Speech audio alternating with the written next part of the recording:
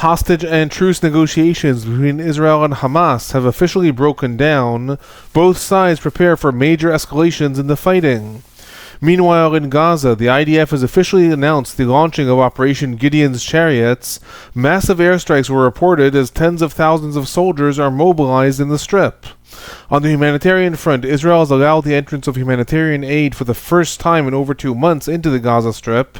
At least 15 trucks were reported looted by Palestinians in southern Gaza in the first few days. I'm Alon Burstein. Let's dive in. On Tuesday, May 20th, the Israeli government recalled its top negotiating team back from Qatar, stating that the negotiations with Hamas have reached a complete stalemate. This breakdown comes days after increased optimism was reported within the negotiating teams in Doha. Different sources were reporting last weekend that the negotiating countries were applying substantial pressure on both Israel and Hamas in order to come to an agreement. As a reminder, the main disagreement between the sides focuses right now on the extent of the truce and the ceasefire. Hamas is demanding that any deal include an entire comprehensive package that will focus on a complete release of all remaining hostages in the Gaza Strip in exchange for a substantial amount of Palestinian prisoners, a complete IDF withdrawal from the Gaza Strip, and international and specifically U.S. guarantees for an end to the war. In turn, Israel categorically rejects any deal that includes an end to the war, and has instead put forth different proposals that focus on the release of half of the hostages in exchange for the release of Palestinian prisoners and a temporary truce after which fighting can resume. By May 20th, the Qatari Prime Minister Mohammed Thani stated that negotiations are failing due to both sides being entrenched in their demands, and after the main Israeli negotiating teams who had been recalled on that day, the remaining low-level staff was also recalled 2 days later, leaving us right now in a complete stalemate and a breakdown of the negotiations.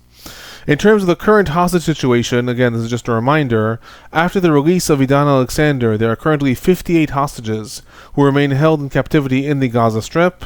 35 of these have been officially declared dead by the Israeli Defense Forces, the IDF. Of the remaining 23, Israel has confirmed that 20 of them are alive, with 3 being termed as, quote, having grave fear for their lives, end quote.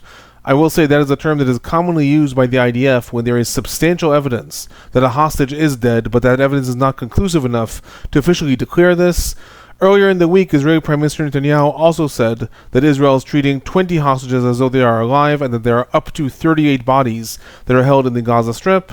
Seemingly, that is the evidence currently within Israel and what the country is negotiating for. Turning to the fighting in the Gaza Strip, an extremely important development happened on May 21st, when both Palestinian and Israeli sources confirmed the death of Mohammed Sinwar. This was Yahya Sinwar's brother, and in addition to being one of the masterminds of the October 7th attack, he was one of the 2 most senior commanders of the Al-Qassam brigades still alive in the Gaza Strip. He was assassinated in a bombing on May 13th in Han Yunis, but his death was not confirmed until now. According to the initial reports, during that bombing he was meeting with the Hamas division commander of the Rafah area, Mohammed Shabana. According to some sources, he was also confirmed dead already in that attack. Other sources said that only Mohammed Sinwar is confirmed dead. At this point, there are conflicting reports. With that, it is very likely that Izzeddin Haddad, who was the commander of the Al-Qassam brigades in the northern parts of the Gaza Strip, is now going to assume control of all of Hamas's militant activity throughout the Gaza Strip. Again, that is speculation on my part. However, Izzeddin Haddad was in charge of the Al-Qassam brigades in the northern parts of the Strip. Mohammed Sinwar was in charge in the southern parts. With the death of Sinwar, very likely Izzeddin Haddad will now be the all-encompassing commander of the Al-Qassam brigades. Moving from this to the ongoing fighting in the Gaza Strip of the last week, on Sunday, the IDF announced the official launching of Operation Gideon's Chariots. This has included a massive escalation in the ongoing bombings of the IDF, as well as the more general military activity in the Gaza Strip. In the northern parts of the Gaza Strip, there were reports of a massive buildup of ground IDF forces that were headed towards the Jabalia refugee camp on May 18th. That is this part of northern Gaza, and by May 19th it was also reported that they were accompanied by major bombings and airstrikes. These reportedly continued throughout May 19th, and on May 20th, the largest bombings were reported in the northern parts of the Gaza Strip in Beit Lahia. Some reports suggested that the blast waves from those bombings were felt throughout the entire Gaza Strip, as well as all the way into central Israel. There were also major airstrikes that were reported in the Al Fallujah region of northern Gaza. Again, that is all happening in this northern part of Gaza, specifically in the areas in and around Gaza City. Among others, the IDF reported that Ma'ataz Dib, who was the commander of Hamas's air divisions in northern Gaza, was assassinated in those attacks. On May 22nd, the IDF issued a large evacuation order to the regions in the southern parts of Gaza City, that is the northern parts of the Gaza Strip over here. Specifically, leaflets were dropped and messages were sent to Palestinian civilians to evacuate the entire areas of the Jabalia refugee camp, Beit Lahia, Tel el-Zatar, Sheikh Zayed, El Salatin, as well as Al Zahur. So again, as you can see in the map, that is all these areas over here. In addition to this, there were also substantial battles that were reported on May 22nd by both the Al-Qassam brigades and the IDF in northern Gaza. One IDF soldier was reportedly badly injured by anti-tank missiles, while the IDF reported that at least 15 Hamas operatives were killed in the exchange. Still in northern Gaza, on May 23rd, there were also substantial airstrikes that were reported in and around the El Auda hospital in Gaza City. Fires were reported breaking out throughout that entire region. In the central parts of the Gaza Strip, major airstrikes were reported in the Al-Nuseirat refugee camp on May 19th. Dozens of people were reportedly killed in that attack. Palestinian sources reported that a center for internally displaced peoples was attacked, leading to a major amount of civilian casualties, while the IDF reported that the attack targeted a command center of Hamas and that steps were taken to minimize civilian casualties.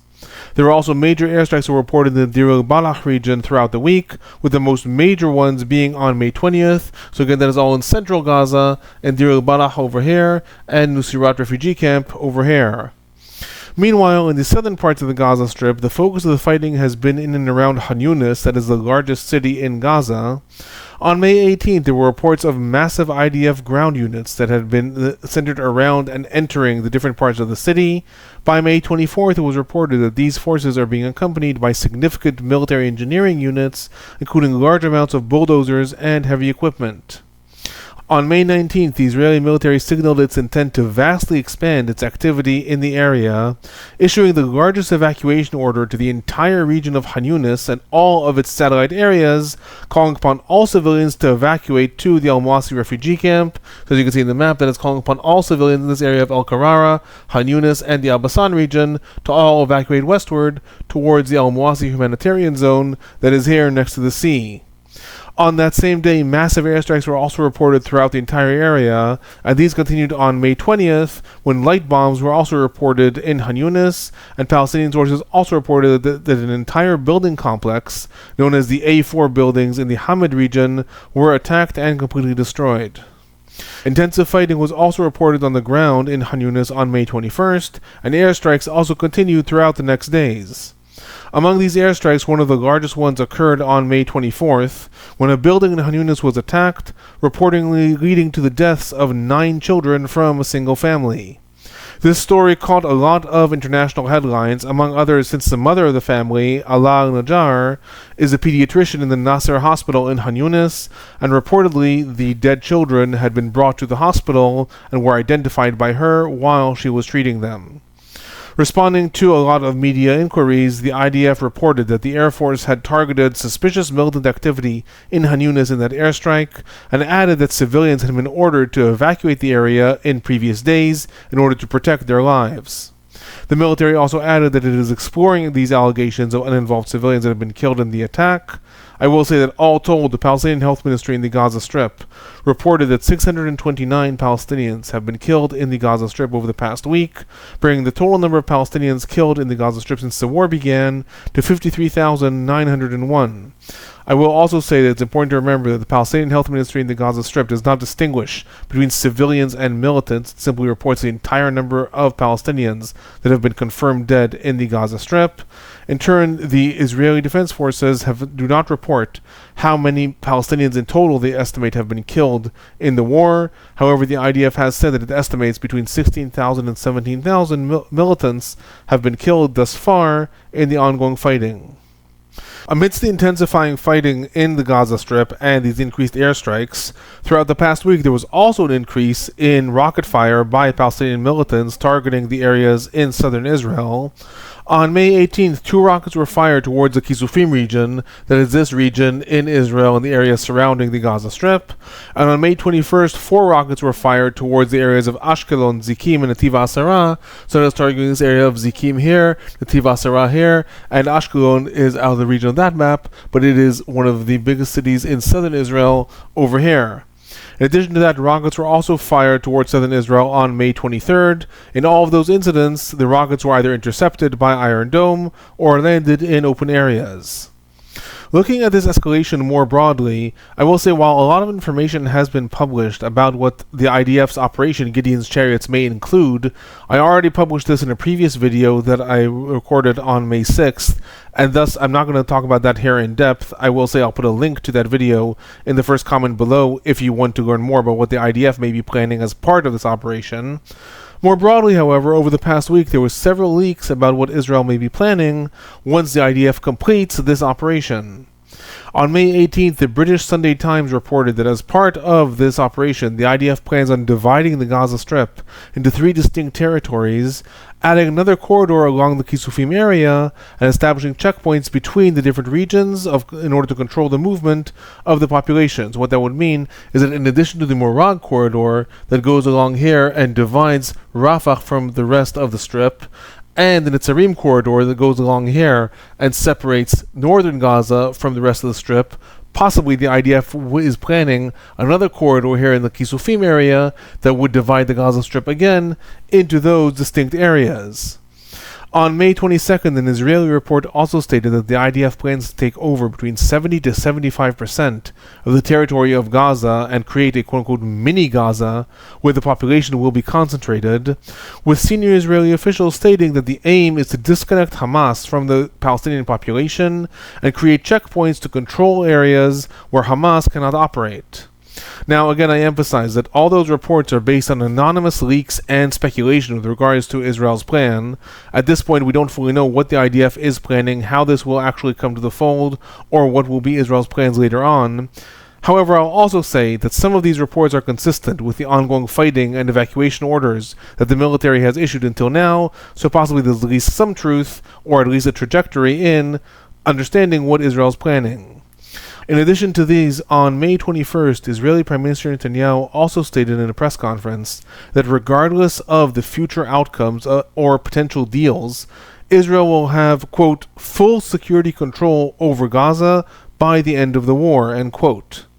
While that unto itself is a vague statement, what does it mean to have full security control? Does that mean an active IDF presence and occupation on the ground, or some sort of overarching military presence?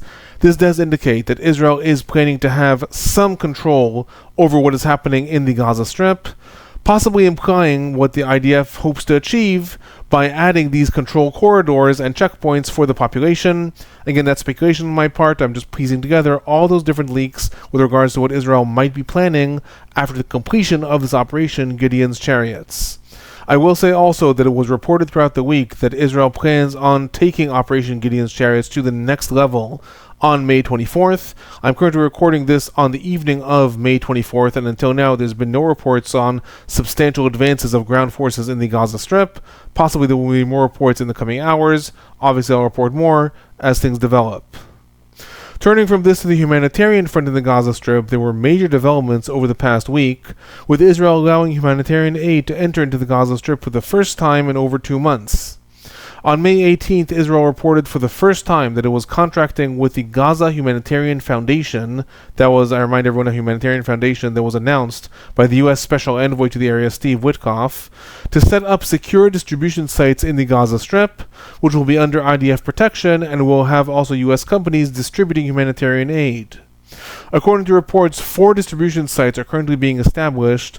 3 of these will be in the Rafah region south of the Morag corridor, so these will be in line with the IDF's operational plans, and 1 will be more north in central Gaza, south of the Netzarim corridor. So what that means is 3 of them will be in this area, south of the Morag corridor, in this area of Rafah, and 1 will be in central Gaza, somewhere south of the Netzarim corridor over here. Israel has publicly stated that the aim of these locations is to draw the Palestinian population southward into the secure zones that the IDF has demarcated, again, possibly lending some credence to those reports that the IDF plans on dividing the Gaza Strip into those different territories in order to disassociate the Palestinian population from Hamas. Initially, it was reported that these distribution sites for humanitarian aid are going to be completed and that humanitarian distribution will begin on May 24th. However, today it was reported that there are logistical delays in launching this operation and that it is expected that these sites will begin operating on Monday or Tuesday of the coming week. Even before these sites began operating, however, on May 18th, Israeli Prime Minister Netanyahu informed the Israeli government that Israel would be allowing humanitarian aid to enter into the Gaza Strip effective immediately, with the distribution being handled by the World Food Program of the United Nations. This is in effect the same mechanism that had existed prior to Israel halting the entrance of humanitarian aid on March 2nd, and involves aid trucks being screened by Israel and then transferred into Gaza, then taken to different sites in the main cities of Gaza for distribution. Israel had previously stated that this mechanism allows Hamas to take over the aid en route or in those distribution sites and resell it to the population. However, Netanyahu stated that he had made assurances to Steve Witkoff that aid will begin entering this week. I'll say in an anecdote that this possibly implies that those assurances were made as part of a deal for the release of Idan Alexander. That is speculation on my part. Netanyahu said that he promised Steve Witkoff this last week. Idan Alexander was released last week, so that connection may be there. On May 19th, the first 5 aid trucks entered into the Gaza Strip, carrying primarily baby food and formula. The sum of aid trucks increased daily since then. By the end of the week, it was reported that 388 aid trucks carrying food, water, and medical supplies have entered into the Gaza Strip. The entrance of flour led the World Food Program to begin operating its bakeries again on May 22nd. Another aid was also reported as being distributed in the different locations. Although I will also say that right before I recorded this, there was a report that the World Food Program has stopped distributing flour to bakeries in Gaza due to security chaos that had formed around the distribution sites. Alongside this, I'm also going to say that there were a lot of reports of substantial problems with the distribution mechanism of aid in the Gaza Strip right now. Among others, many trucks were reportedly held up once they crossed into the Gaza Strip due to technical issues. As an example, on May 23rd, the United Nations reported that of the 100 trucks that entered into the Gaza Strip, only 35 were able to continue to the distribution sites, with shortages of secure routes and a lack of fuel being among the complications. In addition to this, the World Food Program reported on May 22nd that 15 aid trucks had been looted in southern Gaza while they were on their way to different bakeries in the Gaza Strip. The organization cited the extreme hunger that had spread in Gaza and the lack of secure routes in the Strip as the main obstacles to securing those trucks. More broadly, I'm going to say that in Israel it was reported on May 19th that the IDF Humanitarian Coordination Office expects that while using this mechanism for aid distribution, between 15 to 20% of the aid entering into the Gaza Strip may end up in Hamas's hands. Israel has repeatedly stated, however, that the current entrance of aid is only meant as a stopgap to avoid starvation in Gaza, and that this mechanism is going to be phased out once the distribution sites of the Gaza Humanitarian Foundation are established, which again are supposed to have an entirely different mechanism. Instead of aid trucks arriving to the heart of Palestinian population, the Palestinian population is going to be required to go to those secure distribution sites. According to the IDF and the Gaza Humanitarian Foundation, this is supposed to stop Hamas from taking over the aid, as Palestinian families themselves will come to those sites to receive aid, each one for their family, rather than having aid coming and arriving to those central areas in the Gaza Strip. Those are my highlights on the latest developments in the Israel-Hamas war. If you find these reports informative, please do remember to send them on to anyone who you think might be interested in the war. Hit that like button, subscribe, turn on notifications if you want to know when reports come out. If you have any questions or comments, feel free to leave them in the comment section below. I'm Alon Burstein. I'm a visiting assistant professor and an Israel Institute fellow in the Department of Political Science at Tufts University. Thanks for watching.